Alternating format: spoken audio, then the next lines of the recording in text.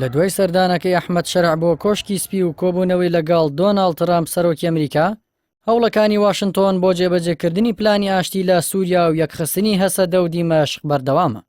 لەو چوارچێوەیەدا سەرچاوەیەکی بەرپرسی کورد ئاشکرای کرد بەم نزیکانە کۆبوونەوەیەک لە نێوان حکوومەتی سووریا و هێزەکانی سووریای دیموکرات هەسەدە لە دیمەشق بە سەرپەرشتی و چاودێری وەزارەتی دەرەوەی ئەمریکا بەڕێوە دەچێت.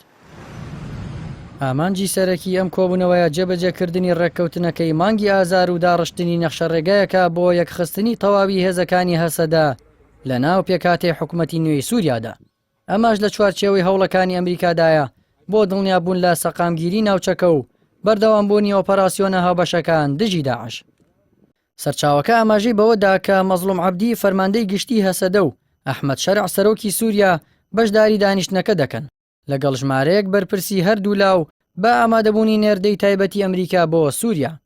ئەم هەنگاوە نوێیە هاوکاتە لەگەڵ لێدوانەکانی تۆم باراک نێردەی تایبەتی ئەمریکا کە ئاشکرای کرد لە دانیشتنێکی سەرەکی سێقۆڵیدا لەگەڵ مارکۆ ڕۆبیۆ وەزیری دەرەوەی ئەمریکا و هاکان فیدان وەزیری دەرەوەی تورکیا و ئەسعەد شەیبانی وەزیری دەرەوەی سووریا باسی یەکخستنی هەسەدە لە ناو پێکاتەی نوێی سووریادا کراوە لە بوارەکانی ئابووری و بەرگری و مەدەنی.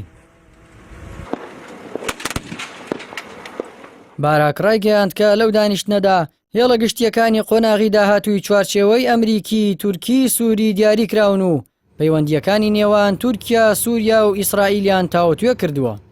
لە سەروی هەمووشیانەوە جەخت لەسەر ئەوە کرایەوە کە دیمەشق لەمەوە بە شێوەیەکی کارا دەست بە بەشداریکردن دەکات لە ڕوبەڕووبوونەوە و هەڵوەشاندنەوەی پاشماوەکانی داعش و سوپای پاسدارانی ئێران، هەروەها بزوتنەوەکانی حەماس و حیزبوڵڵا تا ببێتە هاوبەشێکی پابند لە هەوڵی جیهانی بۆ سەقامگیرکردنی ئاشتی.